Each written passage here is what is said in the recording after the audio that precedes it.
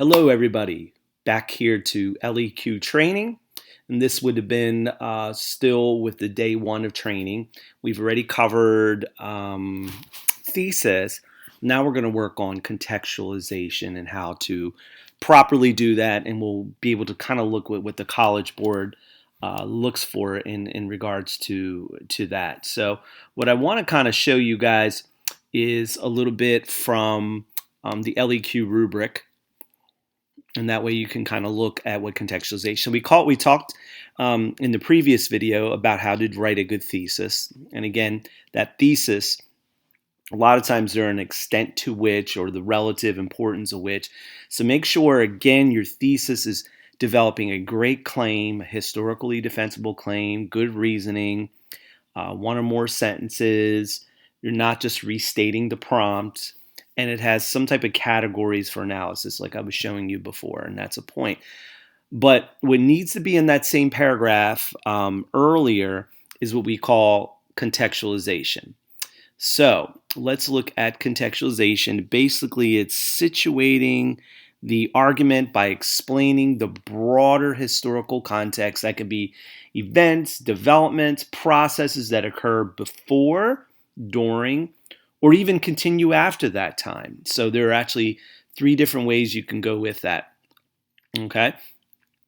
It's got to be relevant and linked to the question, and we're really strict as AP graders about that aspect. There's so many students who will write, at least do some type of attempt at contextualization, but it's just random events and stuff and have nothing to do with the thesis, or it could have, but they're not making some type of link.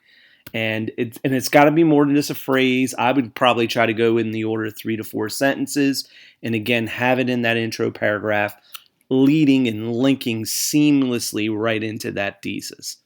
Okay, so we're going to be working on this. We're going to be doing a class activity in which you guys get to practice some contextualization linkage statements into thesis. Thought it was very helpful last year. So that's essentially with that. So let's kind of look at some ideas of what we're looking for and where it should be as far as contextualization. Again, it's the background information right into your thesis. Okay, and one of the things that we're going to do in class, we're going to look at. I'm going to show you one here, and then we'll do the other two in class. But again, everything is repeated up here from the rubric, okay? And we're going to look at a essay prompt that is asked the question, evaluate the extent to which commercial exchange systems, such as mercantilism, and again, mercantilism as a review, what that is, it's when colonies set up a system in which they're getting raw materials and other things from their colonies and shipping them back to the motherland, manufacturing at that, and then sending those back as manufactured goods to the colonies. And that's pretty much what the British had as far as a system of economy, and then slavery was involved in that trade as well. And you can even see here how it fostered change. And so somehow in that thesis, we have to see a mention of change. I would probably give several things, but if at least one thing of change is mentioned, that would do the job. And it has to be within these parameters of 1660 to 1775 in the thesis. Now, the contextualization can even be what's leading up to 1660, even a little beyond. Okay, so again, we're looking for something that is relevant or linked to the question and linked directly to the thesis, okay? So let me show you an example of an essay here, okay? And this one is, I think, a pretty good essay here. This is going to be example A, okay? And again, we're looking for contextualization in the first paragraph of the essay. Okay, so let's read what this student wrote. So they have, when the first European colonists settled in Jamestown, it's unlikely they knew how historically important their actions were. Since they were ruled by England, the colonies they founded and land they discovered belonged to the crown. As more and more people settled in this new world, they began to start industries and businesses. Once England realized the profitable potential of their new territory, they began to set up and manipulate commercial exchange systems. They controlled the colonies economically through mercantilism, taxes and tariffs, and trade restrictions. Okay, so right there, this student has written right there a very good context, a background information.